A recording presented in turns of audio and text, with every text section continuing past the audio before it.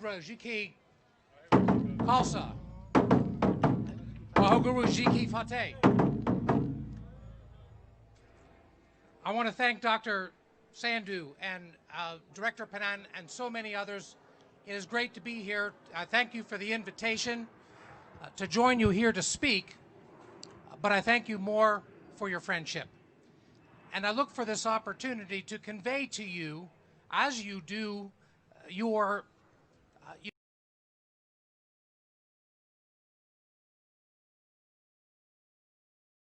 much among friends, but I need you to know that it was not always that way. And it wasn't because I didn't care, it was because I didn't know. And I didn't know because we don't engage in everyday life unless we just happen to see each other in normal business. But as Dr. Sandhu had said, I was the United States Attorney. And I took that job only days after September 11th, when the planes crashed into the World Trade Center. And within a week of that occurrence, my friends from the Sikh community came up to me and they said, we need to let people know that because we wear a headdress, we are not terrorists.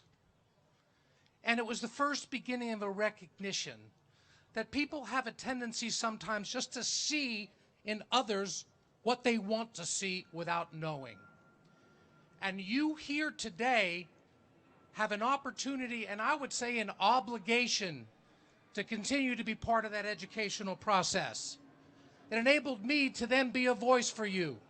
When we talked about brave American Sikhs who wanted to serve in the military, and we had to deal with how we could deal with the removal, not removing their dasar. The same thing with Sikhs who were trying to get through security checkpoints. Working with my Sikh friends who wanted to be a volunteer firefighter and give to their community, and yet they were denied the opportunity because of their beard and the inability to get the insurance. They weren't allowed to wear the mask. And here was somebody that was going to go into a burning building and save another. The issues became more serious over time. I had the ability to work in 2015, concerned about the desecration of the Guru Granth and the Holy Scripture, and to work with my good friend John Garamendi from California, and to make sure that Secretary of State Curry brought forward this issue to assure that we prevented further desecration. I was honored to be chosen to be part of the co-chair of the Sikh caucus and to, with John Garamendi, introduce H.R. 189 recognizing Vaisakhi Day, which got worldwide recognition. And so these are a number of things that we were able to work together once that communication and friendship was established.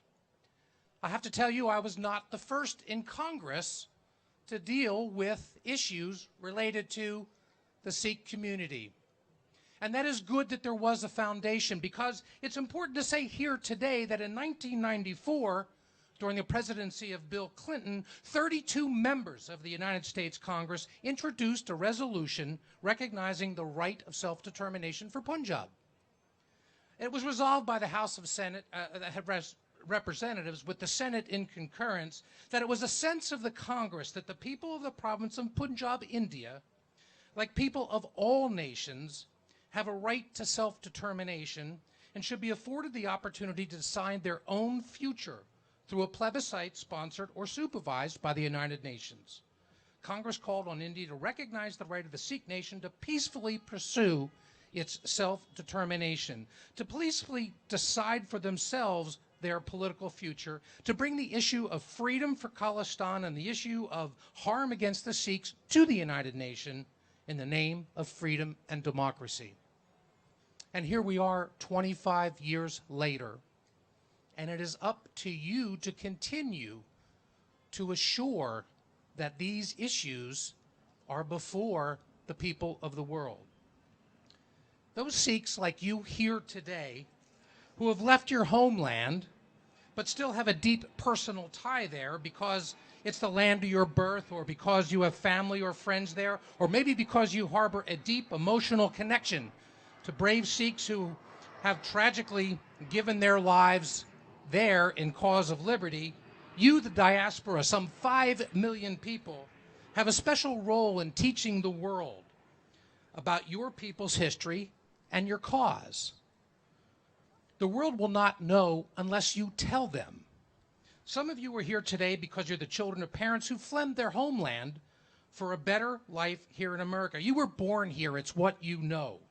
You grew up playing soccer in the schoolyard, but you learned to play kabaddi with your Sikh friends. And you retain a deep connection to your culture through the worship at your temple. Never forget those who have struggled and those who continue to struggle and continue to suffer in the name of freedom and self-determination. You each play a special role in teaching others not just about your culture, but about your cause. Independence, freedom, self-determination. We stand here today on some of the most hallowed ground under the world's most important monuments because they're symbols of freedom. They honor Jefferson and Madison and others who communicated through their writings the most complete thoughts about the inalienable rights of man and the cause of liberty. Those same principles which encouraged a fledgling nation to declare its independence, this nation, those philosophical tenets found in the timeless publications like the Federalist Papers, these principles of freedom and justice and pursuit of happiness, they are timeless and they are universal.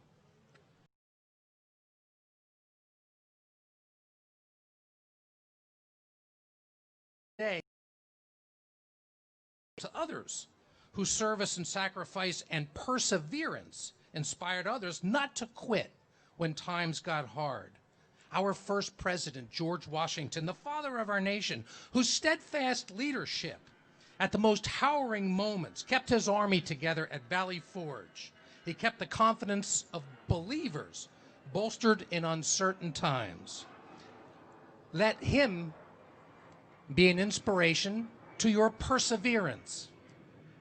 We stand, too, in the backdrop of a memorial to some of the world's greatest leaders.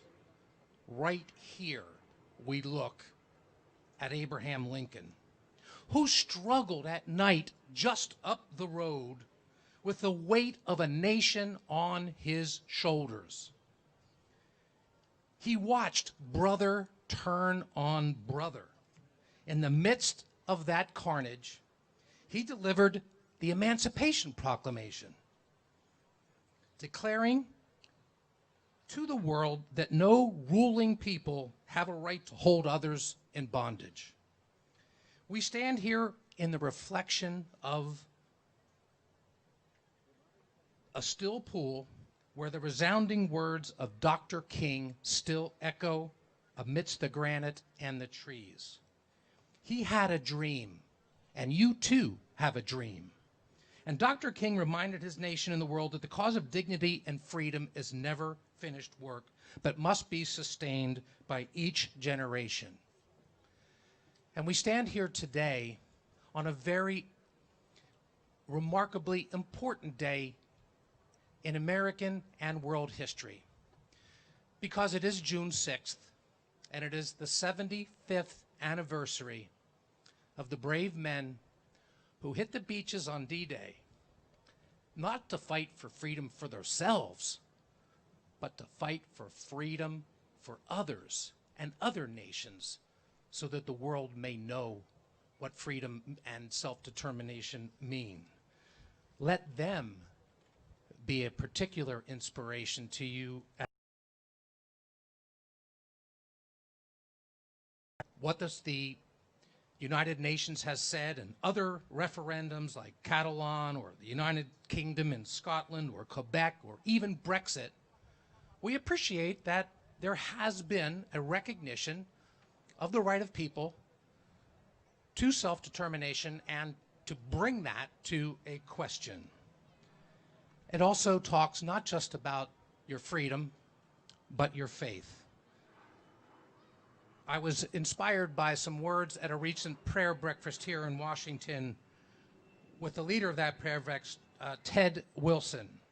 And he said, regardless of what faith persuasion you are, the beautiful saying from Proverbs 14:34 is that right exalts a nation. And that rings true in any culture. People who invest in helping others to see the best in their lives and in their society will help to prosper as a nation. I hope that you may be able to bring darkness into light. Thank you.